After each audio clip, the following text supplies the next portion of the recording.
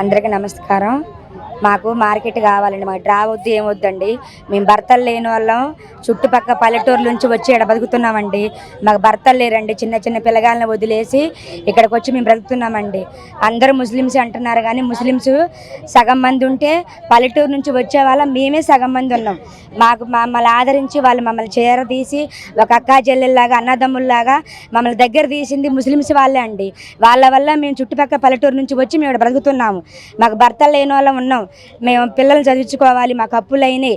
ఈరోజు మార్కెట్ తీసేసి ఇక్కడ మేము ఉంది. మాకు చోటు కూడా లేక మేమే గొడవలు పెట్టుకుంటూ మేమే అన్ని చదువుకుంటూ మేము ఇక్కడ ఉంటున్నామండి.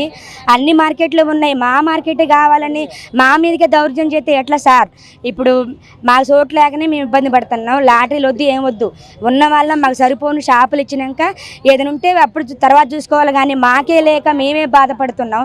రోజు టెన్షన్ పడుతున్నామండి. అసలు కూరలో పట్టుకోవటం ఆడ పడేసుకోవటం అసలు మనశ్శాంతి లేదు సార్. ఇంటికి పోయినా కూడా నిద్ర పడతలేదండి మాకైతే. దయచేసి మా మార్కెట్ మాకే కావాలి. ముఖ్యంగా ముస్లిమ్స్ కాదు కానీ భర్త లేని వాళ్ళం ఉన్నామండి. మాకు మటుకి మార్కెట్ ఎక్కడ పోకుండా ఉండాలని మేము కోరుతున్నామండి. దయచేసి మా మార్కెట్ మాకే కావాలని మేము కోరుకుంటున్నామండి.